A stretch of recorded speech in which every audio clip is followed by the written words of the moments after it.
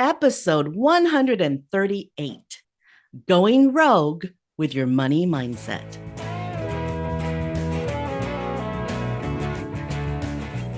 Welcome to Gratitude Geek, the relationship marketing podcast, helping micropreneurs find your micro influencer magic. I'm your host, Kandas Rodarte, and this week I'm joined by financial planner Melissa Myers. Melissa is a heart-centered female financial planner, #1 best-selling author, speaker, owner of multiple financial services businesses, and she is going rogue. Conventional wisdom about personal finance has a place, yet it isn't always the place to start or end. Melissa's unique approach to building and preserving wealth starts with mindset and ends with life-changing impact. Welcome, Melissa. Thanks, Candace. I've been looking forward to this. It's great So to have be here. I haven't seen you in years. How have you been? I've been great. I was just this morning laying out the connections of how we're connected and going back to BizBabe. So it's neat to see things come full circle and reconnect. So Yeah, thank you. it is fun. Tell us your unique story. How'd you get to where you are? Sure. Well, let's see here. 22 years ago, I got into this business, but it starts way before that because I, like most, a lot of people, went to high school, graduated, went off to college, but some things in there changed. And as I was reflecting on what we were going to talk about today, I thought it was really interesting. When I think like way back to being a child and the messages that I heard, usually it had a money overarching kind of a topic or a theme. And a lot of the messages that I received were from a place of shame and embarrassment for me, like the way it made me feel when I heard these things, that I wasn't appreciative, that I wasn't grateful, that I should just be happy with what I have, and that money doesn't grow on trees, and these sorts of things that I know are common for lots of women, people in general, based on the interviews that I've done for the book and working with clients for 20 some years. So at some point, I started having this philosophy of there's got to be a better way. And I know in different types of psychology, there's people who are determined or are classified as they're being forward or they're being away. And I decided to use what I didn't want to go in the direction of what I did want. And I started to really embrace things, my behaviors and my practices, my attitudes from a place of curiosity. Largely that was what if. And by doing that, what if I did things a little bit differently? Go rogue. Money tends to be logic. We all think of money as numbers, math. It is to one degree, but I believe, my message is really tuning into your feelings and what makes you happy and what makes you feel like, yes, this is the place for me. This is what I'm supposed to be doing. And it can be not necessarily related to your career. It can be related to any facet of your life, your relationships, your faith, your health. So the twist here was I went to college, I got a degree. My mom encouraged me, even though she had a lot of mixed messages that could be, largely weighted as negative. She had a couple of really good messages. And one of them was during college, I was just feeling like maybe this isn't for me. It was about midway through my junior year. So it was close, over the halfway point, and I wanted to quit. And she said, don't quit. Your degree will open doors for you. She was so right, because they opened doors I couldn't even fathom. I graduated college at 22. So 5 years later, I had an opportunity to be interviewed for a financial advisor position. And one of those criteria for getting the interview was having a 4-year degree. Didn't matter what it was in. And that perseverance to go through all of those years, up to that point, 27 some years of life, and not really know anything about personal finance, and then to get hired and be told your job is to sell investments and insurance. Well, At that point, I wasn't good with personal finance. I learned how to do investments and plug in insurance for clients, and I feel like I always did that appropriately.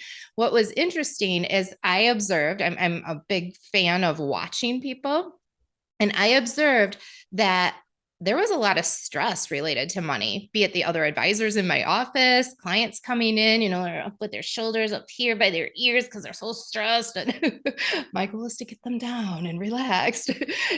And what I was able to start doing when I realized I had found my groove and found my calling, found my purpose, was when I was able to start helping people that came in my office from the personal financial position, not necessarily talking about investments and insurance.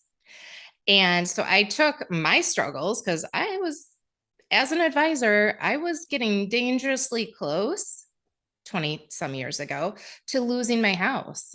If that happened, I would have lost all my licenses. I wouldn't have been able to be able to continue to work in that job. So that was really stressful. So I took the steps. I started thinking, how could I do this differently? I got vulnerable. I had to ask for help. But doing those things gave me the experience and the tools that now I get to help others with. Because it doesn't matter how much money you have in the bank. If you've got the wrong mindset or you're doing the wrong behaviors, it's never going to be fulfilling. So my whole purpose, and that was a very long answer, Candace, I'm sorry, but it's everything's a building block.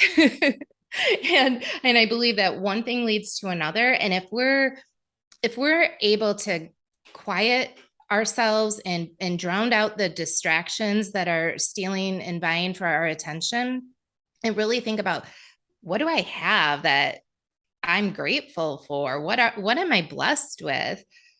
What skills do I have? How could what I have help someone else? And I think once you start approaching things from that introspective pursuit for clarity, for giving of yourself, rather than having to just be like out for oneself, survival of the fittest, when we can give of our time, talent, resources, I think that beautiful things start to happen in the world. And so that's what I'm all about. So there's about 12 things that you said that we could go down, we could take the next level to, we could take to the next level, mindset as it's installed as you as a kid, yada, yada, yada. But let's just talk about gratitude. Let's just talk about gratitude. How is it that if you're grateful for what you have, you get more of what you're grateful for? How is that? Why is that possible? What do you think? What are your thoughts on that? I think it's faith in the universe.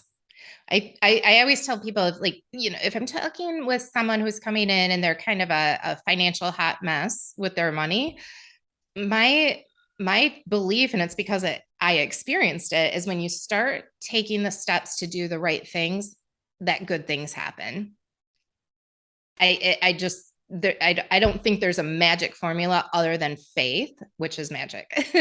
Trusting in the universe to provide those opportunities, and then having the capability to recognize opportunities that are in front of you. Good things start to happen. I love faith is magic. That's beautiful. That should be a t-shirt. You should make a t-shirt. Faith is magic. Okay. Take you up on that.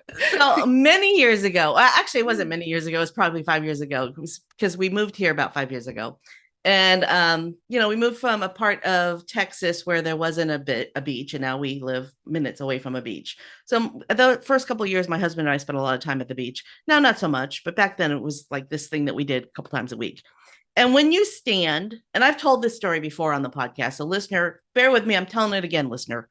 When you stand on the edge of the water and you just stand there and you let the waves lap around your feet, and they just keep lapping around your feet, what happens? Your feet get buried in the sand, right?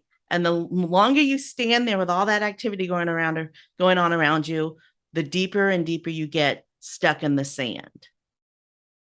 So when you take a step forward, then you're moving towards your goal, and you can get out of this. You can get unstuck. All it takes is for you to lift up your foot to get unstuck. So if you're stuck in your money, it's the same thing, right? You like lift up your feet and start walking towards where you want to go. Make a decision that gets you to where, if it's pay off one bill, take one tiny step. Okay, unpack that. Go. Well, I agree. I think that when we focus in on what our mind is saying and allow ourselves to have time to question it. So we may be saying something like, I feel guilty because I have so much money. Well, do you really feel guilty, or are you just not sure what blessings your money could bring you? And it's just a step in having thoughts, or the opposite, right? Like, oh, I'm never gonna have money. I don't need $1 million. I What's don't $10 want million gonna do for me? I don't want to throw my husband under the bus, but this is a valid story. So he was always the richest kid in school, or he was perceived to be the richest kid in school. And so he got teased about being rich, which created a money mindset, Yes. which did create a money mindset about, being when you were teased about having a lot of money, you don't want people to know you have a lot of money, right? So that is a money mindset. Yeah. So it can, and I'm the opposite. My birthday is in January, so I was always told there wasn't enough money to buy me a birthday gift. So I always felt like, I wasn't worth having money, Yeah. which is Yeah. completely opposite. Wow, I'm really getting deep here. Money's deep. Which is the opposite of the way he felt, right? He was embarrassed to have a lot, and I was ashamed because I cost money, right? So it's those two, and then you marry each other, and what happens, right? So your money mindset isn't. Talk about that. Holy crap! What happens when couples come together who have completely different money mindsets, and then they try to make a life together? What Well, have you seen? in my first marriage, as I said first, it didn't work out so well. And I was in a position of maybe having to be more like a parent, like saying these are the rules, because whatever we agreed on, there was no follow through. And so, fast forward a few years, that didn't work out. But I really kept being focused myself on my financial success. And it wasn't just about saving money, it was also about learning more and getting additional certifications and licenses, and taking opportunities to move up the ladder, which with that came additional income. And by the time I met my now husband, I've had all of my ducks in a row. I knew who I was, what I stood for, and so did he. And had he met me, 10 years prior, he and I wouldn't have been a good fit, but we both had to be somewhat on the same page. Now I say somewhat because he's kind of like high level. He just wants to know how much is in the bank or in the investments. He doesn't care so much for the day-to-day in the detail. And he has a really hard time quantifying things. Well, how much will you be happy with? And he says more. I want to quantify that. Like, let's put a number on it. Let's put a date on it. So the good news is because I can do more of the detail work and he wants more, I could show him at different points in time where we're at. But we both agree on, yeah, we're going to spend good money on vacation. We're not going to scrimp and forego that, because we know it's good for our heart, our soul, for our relationship. So we've come to the place now where we can agree on what's important. And you know what, we trust each other. So I've never ever gotten upset with him when he said, "Hey babe, I bought a boat." I'm like, okay, well, I guess you know what you're doing. So I have to trust him that he is making a good decision that in that regard, just like he trusts me that I'm making good decisions on my end. I could go down another rabbit hole with that story, but I'm not going to.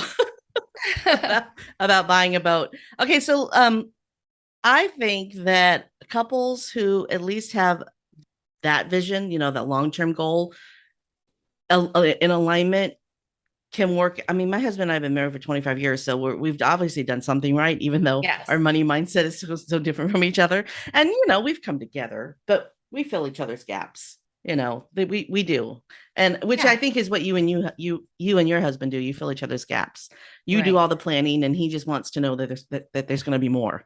He wants to Yep. be able to buy the boat, and you figure out how to do it. That's right. I love it. I love it. So, something that you say is that gratitude and generosity go hand in hand. So, talk about that. Sure. Well, I think gratitude is something you do because of something you've experienced. So if you've experienced kindness, you've experienced a gift. Let's go back to you write a thank you note when you receive a gift. You're showing your appreciation for somebody having taken the time to do something nice for you. And the I have a gratitude exercise, actually a couple of them, but one of the gratitude exercises is just in the morning before my feet hit the floor. I go through three things that I'm grateful for. And oftentimes they're the exact same thing from day to day, but it gets me triggered in a positive direction and sets the tone for the day. And so that's one way I do it. Another way I journal and just write out things that come to my mind, like blessings, like how I have benefited maybe from somebody else's kindness or just the day. Sometimes I'm just grateful for sunshine. Other days I'm grateful for rain. Um, but I think when you get to a place where you realize, I mean, we live in abundance in our country, and recognizing that and seeing where we could help make somebody else's day. You can be generous with your time, you can be generous with a smile. It doesn't always have to be like, oh, I can't start giving back until I know I'm fine and set successfully, financially.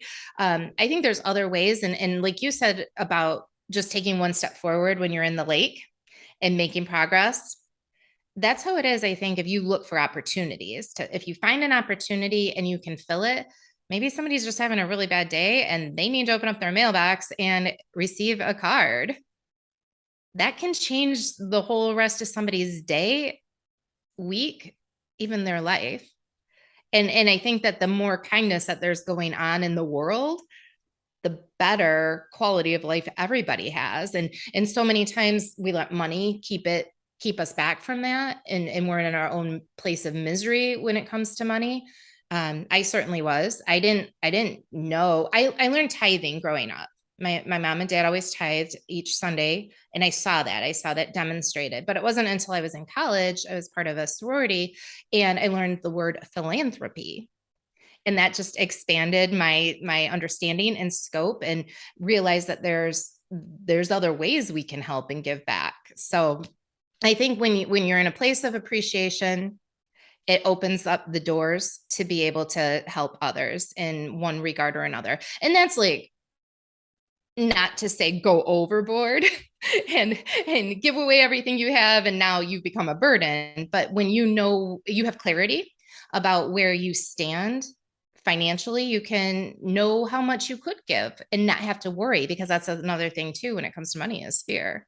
So we're afraid to give because we don't know how that could hurt us later, or we can trust that this amount is a reasonable amount to give and we'll be fine. Or we can take the long way home, and maybe we come upon someone who needs our assistance for one reason or another. It's just starting to like get out of your comfort zone when it comes to the money and the generosity. Well, and philanthropy doesn't always have to be money. It can be time. Yeah. It can be time. I want to touch base just for a little bit about something you said at the very beginning of this little bit of conversation, where we have so much in our country. And I just keep thinking about when the pandemic started, everybody kept hoarding the toilet paper. Yes. And then, so while you're talking, all this is going through my head, because, so, and then I thought, and then, yeah, and then I thought about a TV show that I saw years ago, and it was about a dystopic future where there was no more electricity. And since there's no more electricity, there's no more paper. And so writing paper that you write on with a pen is this scarce thing that people just treasure, and whenever they can find some, they hoard it, right? Because it's this thing, and there's so little of it. And then I was thinking about the movie 7 Years a Slave, where the main character, and I don't remember his name, but the main character goes to the store and he has to bring back paper for his master, and he steals a piece of paper because it's this because he knows how to read and write, but he's not allowed to say that he does. Because, well, he's hiding the fact that he knows how to read and write because he knows that it would be a detriment to him as a slave to have those skills. He was stolen. So this, if you haven't seen the movie, the backstory is that this was a free man that was kidnapped and sold into slavery. So he was an educated man who owned his own home, who had a family. He was kidnapped and sold into slavery, and so he had to pretend that he didn't know how to read and write. So stealing this piece of paper was, and then he had to figure out a way to write on it. So so this thing that we take for granted. I mean, I have so many pieces of paper around me right now. This thing that we take Yes. for granted, this thing that we have in abundance, as soon as it's stripped away, it becomes precious. I mean, precious is the only word. I mean, a piece of paper for both of those in both of those situations is better than gold. Um, so let's talk about this excess that we have in society. We have so much and we want more, but the stuff that we have is worthless. What can we do? I don't know if you can even answer this question, but what can we do as a society, as this North American society, to get past this need to have crap and focus more on, the things, the necessities, get back to, I just need the necessities. I don't need to have little plastic trinkets all over my desk. I mean, do you even want Right. to touch that? Let's try. Let's try. I think it's 3 words: no, yes, and why. When we're faced with Brilliant. an opportunity to spend money or spend our time, we're saying no to something if we're saying yes to something else. And if it's important to us, remembering why. So if it's something that we're doing that kind of hurts a little bit, not having that extra piece of cake, why is that important to me? Because I want to have longevity, healthy longevity. And so, yeah, I think that I think the less that we watch TV and the less that we're listening to programs where we're being marketed to, the less we need things. I had the opportunity to spend December, December of 1999 in Europe. This was before the internet. We didn't have, we stayed in hostels and we didn't have TV all around us. And we weren't listening to the radio. And that year, I realized how much joy and just the reason for the season of Christmas. And I wasn't being marketed to. I wasn't feeling the pressure of having to buy something, a gift for everybody. And then, how a lot of people will treat themselves with their own Christmas gifts. I didn't have any of that. And it just made the season so much more memorable. And it was because I wasn't being marketed to. I didn't feel the pressure. And it was great. So it was joy. So I think, I like to splurge on some things, and I touch on that in my book. Actually, I do more than touch on it. There's a whole chapter dedicated to it. But a splurge to you can be different than a splurge to me, right? And if we're splurging, are we doing it because it's like a quick fix for something that might be off in our life, or are we doing it because it really will bring us joy?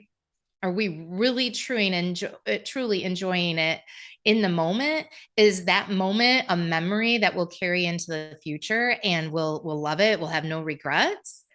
Is it an object? And if it's an object, I have the 1 in, 2 out rule for this year. Because yeah, you're right. We get these trinkets all around us, and things become visually distracting. And when they're visually distracting, they're mentally distracting as well. So you buy something and you throw 2 things away? I give it, toss it. Yep. Does it have to be of equal size? Nope. Candace, I bought 20 pairs of underpants from Amazon and I had to get rid of 40 items. What a great idea. Oh my gosh, that's brilliant. That's brilliant. Because I was just thinking we're buying computer chairs. sometime this week. My husband and I both need new chairs, so we're buying computer chairs. So that means we have to get rid of 4 things. And I was thinking, do we have to get rid of 4 chairs? We can't get rid of 4 chairs, but if we could just get rid of 4 things. Yes, because it's the behavior of letting go. That is, you know what? If listener, if the only thing that you take away from today's interview is that if you buy something, throw 2 things away, you've taken away everything you need to know. Right. So Yep. we're going to buy 2 chairs and I'm going to throw away 4 pieces of Tupperware because I have Oh, way too much Tupperware. throw or give. Or give So away. Yeah. Give yes, away. yes. Okay. Give away. I'm going to donate 4 pieces of Tupperware because I have way too much Tupperware. Yes. You can release your Tupperware to those who could benefit from it. And that, but 2 chairs, 4 storage containers. Is that equal? Yeah, it is. It is. Equal items not, multiplied by 2. Yeah, yeah. Okay. I love that. I am putting that into practice immediately. Awesome. Immediately. Okay. So we've talked about your gratitude practices. We've talked about generosity and how it goes hand in hand with gratitude. We've pretty much covered what happens when, no, have we talked about what happens when you get your money and your values on the same track? I don't think we have. Get rid of stress. Yeah. Oh, that was easy. That was a really easy answer. Yeah. But you have to have the right mindset and remembering the note, everything's dovetailed, everything's interwoven, I believe. So I believe that when you do get your money and your values in order, it frees you up to feel peace. When I interview women for the book, I ask, what does money represent to you? And it represents security and freedom. The opposite of that is imprisonment, entrapment, being a burden to others. Nobody wants that. So if you can get your money lined up where you're not living paycheck to paycheck, you're paying off debt, you're building wealth. I think the easiest way to the first step that anybody can take with getting their money lined up is thinking about the concept of net worth. Adding up the value of everything you own minus what you owe. That's a simple exercise that I think everybody can do. And then just looking at it once a year. If you do that exercise once a year on your birthday or on New Year's Day, you pick a day once a year and you look at what your net worth is, it will paint a story when you look back 5-10 years as to your maturity and where you place value. Because if you are focused on growing your net worth, you're not going to be wasting money on silly trinkets. So let's talk about how you figure that out. How do you figure out what your net worth is? Sure. Easy way is just add up all of your bank account balances, add up your investment balances, the value of your home, the value of your vehicles, anything of worth. I kind of have a rule. If it's under $1,000, I don't count it, but anything that's over $1,000 is where I start from.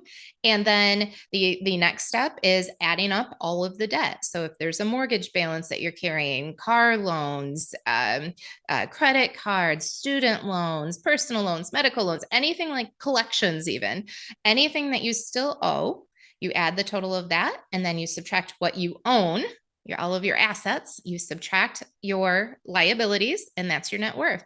And so many people, I believe, have it wrong. They were focused on credit score. It doesn't matter about your credit. You could have great credit and have no money. And the reason we need money is to have reserves, to have margin, to have flexibility when opportunities present themselves. We bought a car so my husband and I went through the Dave Ramsey program and we completely got rid of all of our debt. So with the exception of our mortgage. So, and then we got to the point where we needed to have another car. So, and we didn't have the cash to buy the car that we needed. So we decided to finance it. And the guy who was doing the interview, not the loan officer, but the guy, the next level, whatever the next level is, he kept asking why we didn't have any debt. I was like, because we did Dave Ramsey. Why do we need debt? It's a swear word to many people. Well, and I understand that too, and I wouldn't necessarily recommend the Dave Ramsey program now, but when we did it was decent. But I think he's gone a little over the top. I think, and Well, go ahead, touch on oh, that. sure. I think a lot of, I followed his snowball principle to get us out of debt. Um, but I think that he's so rigid. His program doesn't take into consideration the way that people are wired, especially when it comes to investing. If it, he basically says all stocks, use mutual funds and use all stocks. Well, there's some other nuances that he has to take a position because he's speaking to millions of people. He has a broad Well, and audience. he's also selling stuff. Yeah. Right.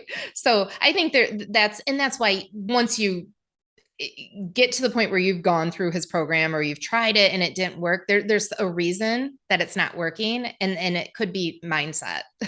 And that's where you could benefit from a money coach, a financial coach, or financial planner, because there's not just one way is the best for everybody. Yeah. Well, and that credit score thing, though, that like, why don't you have any debt? I mean, that is a mindset that needs to be erased too, because our ability to pay is so much more than our credit score. And when you don't have any debt, sorry, your credit score isn't that great. Right. I mean, our credit score is great, but because we pay our mortgage on time, but we didn't have any debt, and so they were wondering, whatever. I don't know. I don't know if they were skeptical or they thought we were thieves, or I don't know. I don't know what the deal was. It was just really weird. Anyway, I wanted to touch base on because you said net worth, and here my daughter just started grad school, so this is top of mind. Her net worth is negative her student loan debt. Right. Because she doesn't have any assets other than the car that we gave her, right? Yep. So kids these days, they graduate from college with negative net worth, and then they have to fix it. So Yes. talk about a strategy for that. Prioritizing what's really important, remembering needs versus wants, and really looking at one of the things that I teach. My practice is not paper envelopes with cash, but I use a form of that, electronic envelopes, and I call them sunny day funds. So you can, with sunny day funds, you can have multiple accounts at your bank or your credit union. You can put a name on them and you can systematically transfer money into those accounts. Whatever pay period, you can do it monthly, you can do it every other week, however it works for you. Again, that's part of that trial and error thing, in getting to the place that works for you. So you can set up accounts where you only use that specific account for your purchases. And in doing that, there's a temptation to rob Peter to pay Paul because you can electronically move money, right?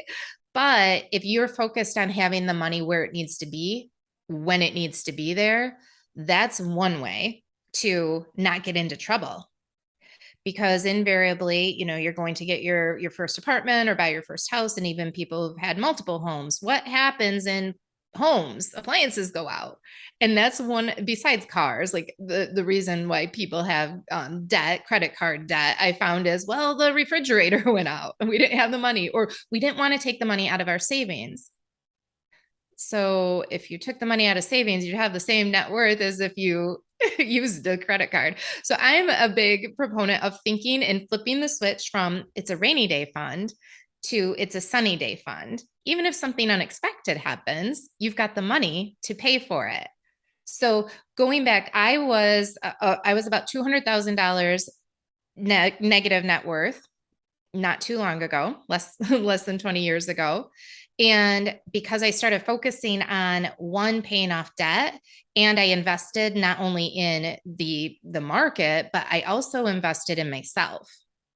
And so I think the more you can learn and the more opportunities that you can say yes to in terms of expanding your income, increasing your income, and you can say this is temporary. A lot of people don't want to come and see a financial planner because they're afraid that they're going to not be able to have any fun anymore. But if you remember I don't know. You have to leverage not having fun now for having a lot of fun later. Yes, because it's temporary. And you can still have fun. There's a balance. So one of the principles I teach is that when you do something smart with your finances, give yourself a little reward. And it could be something For like, example, yes. So let's say you pay off a bill that was costing $800 a month. Let's say it was a car. You paid off your car. Great. That's awesome.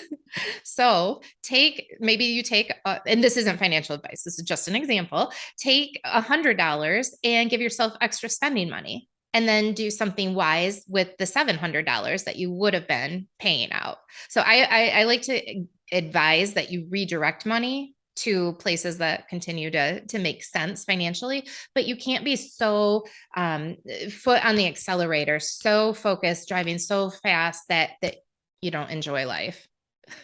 Because yeah, we need to enjoy life. I haven't worked for a corporation in years. I mean, it's been years, but I noticed, I mean, I left corporate America when I was 27, 28.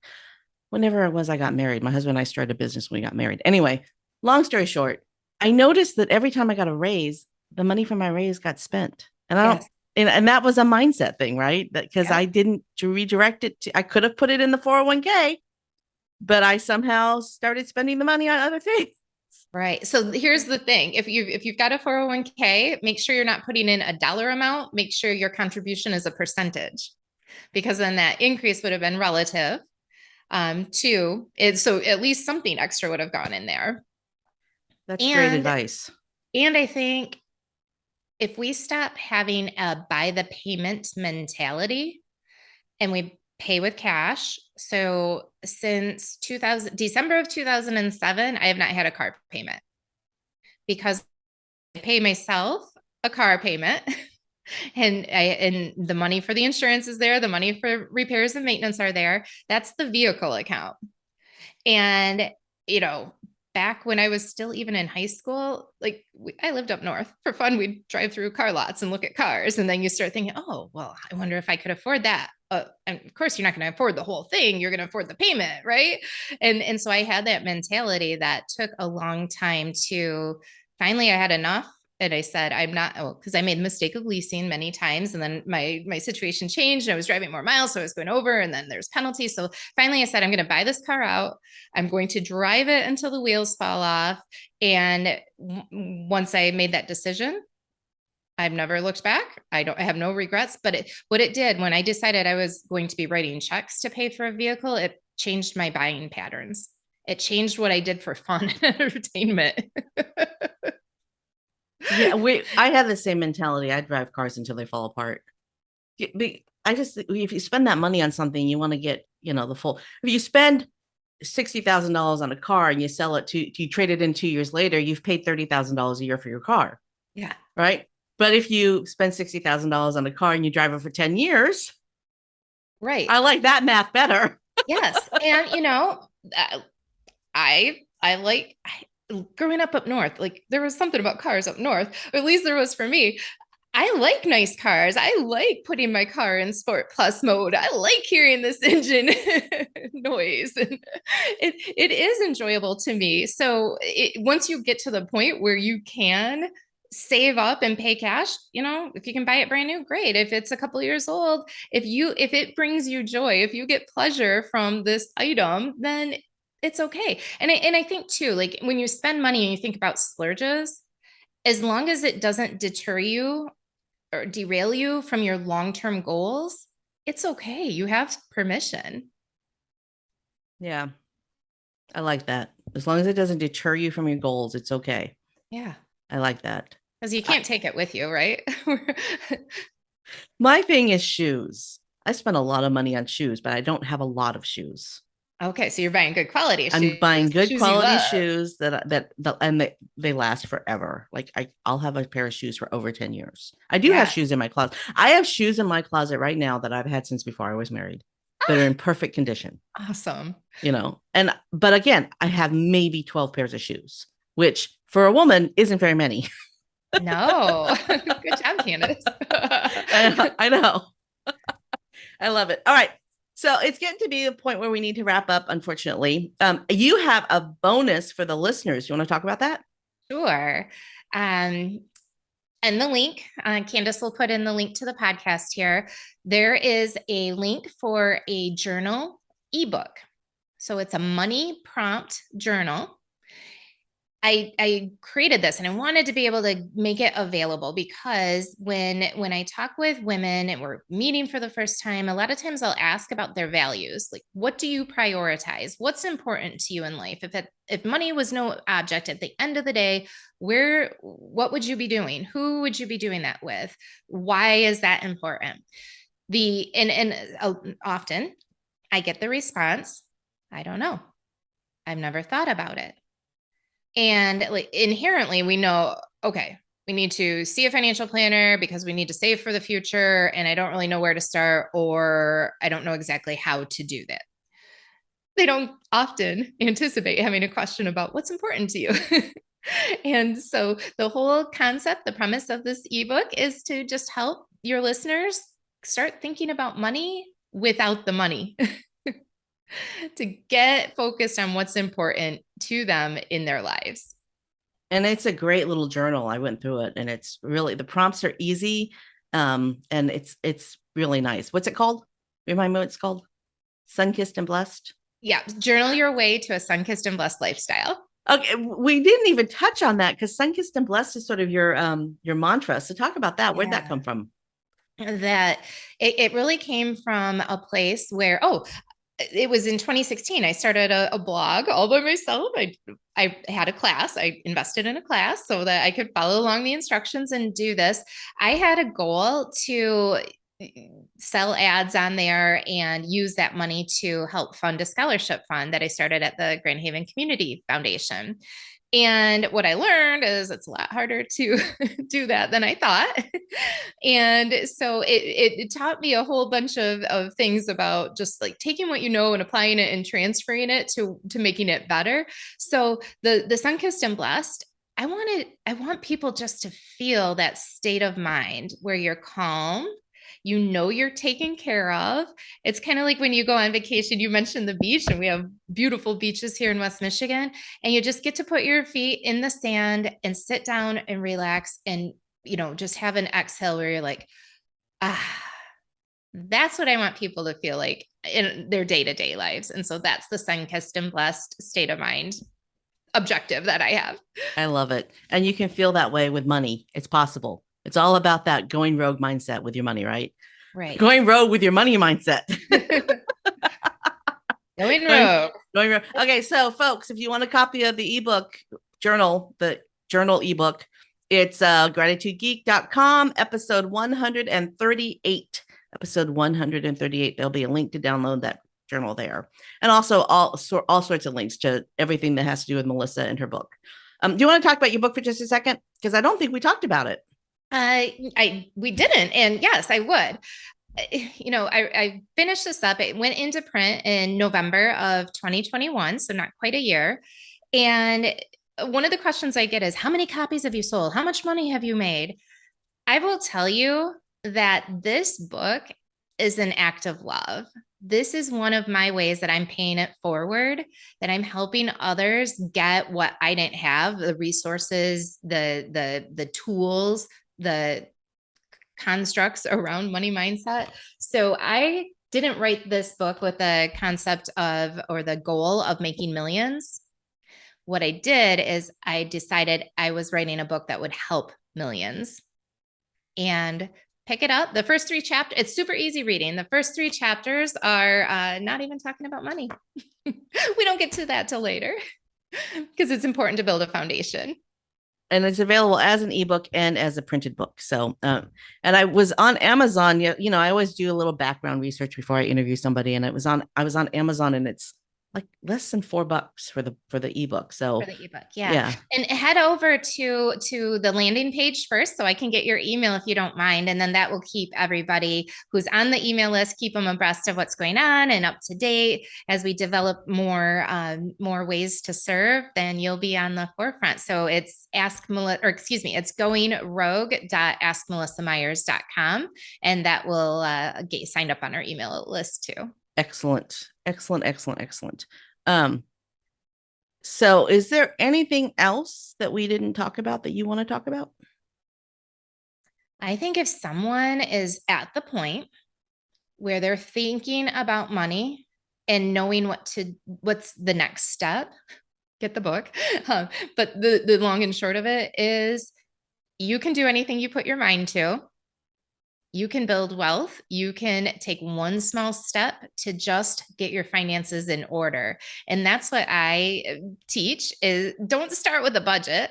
Budgets are hard. That's why I say don't budget. I teach you how to budget without budgeting, but just get your documents in order and figure out what you have. That's the first step. And then get a team. There's different team members that you can have in your life, from health coaches to fitness coaches, mindset coaches, money coaches, even like the financial piece of it, insurance advisors. There's so many people you can have on your team that you don't have to do it all. It doesn't have to all be on your shoulders. Use a team. Yeah. If you have a business, make sure you use a CPA, Yes. because you're leaving money on the table if you don't.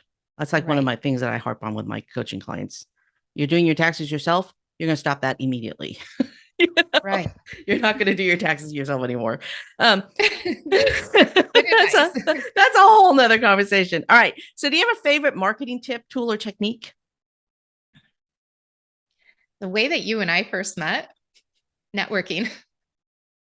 I believe it's all who you know. I have spent very, very little money on any types of paid advertising, digital marketing. And to go back and quantify it, the money I spent hasn't really come to a place of a positive ROI.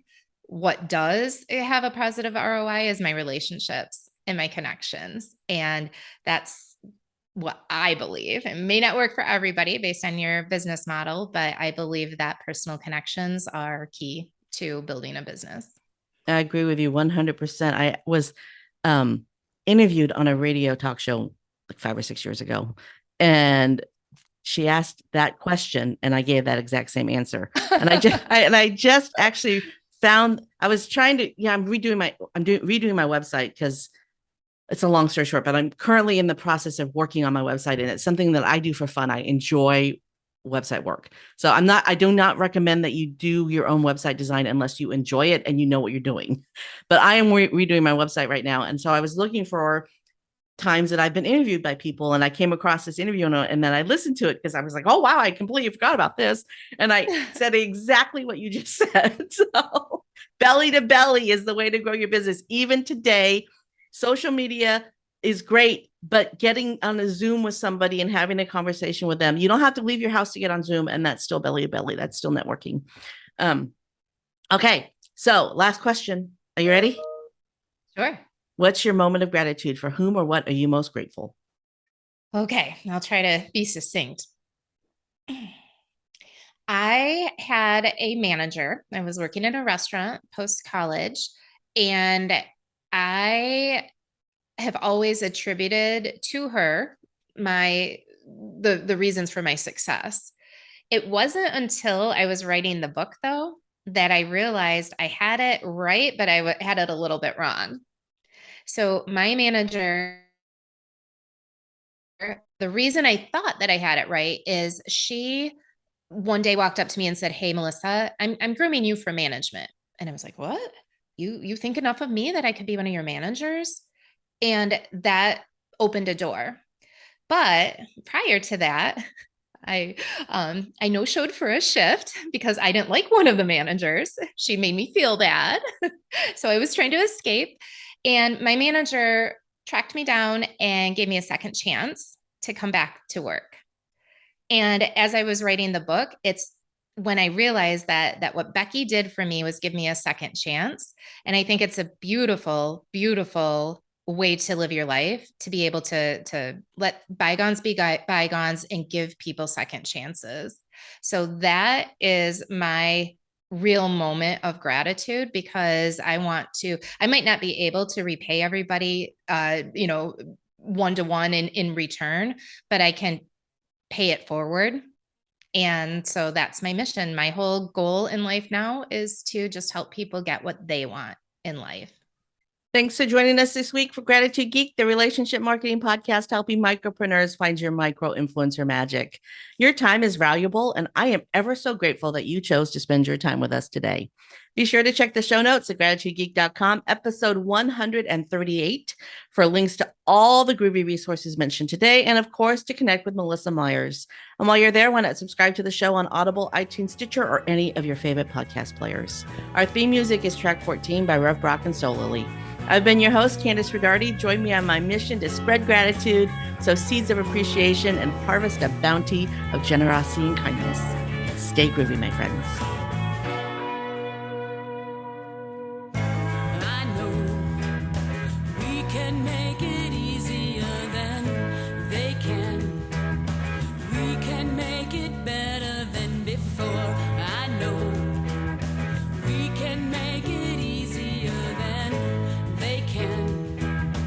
We can make it better than before. Some things just can't be ignored. Stay groovy, my friends.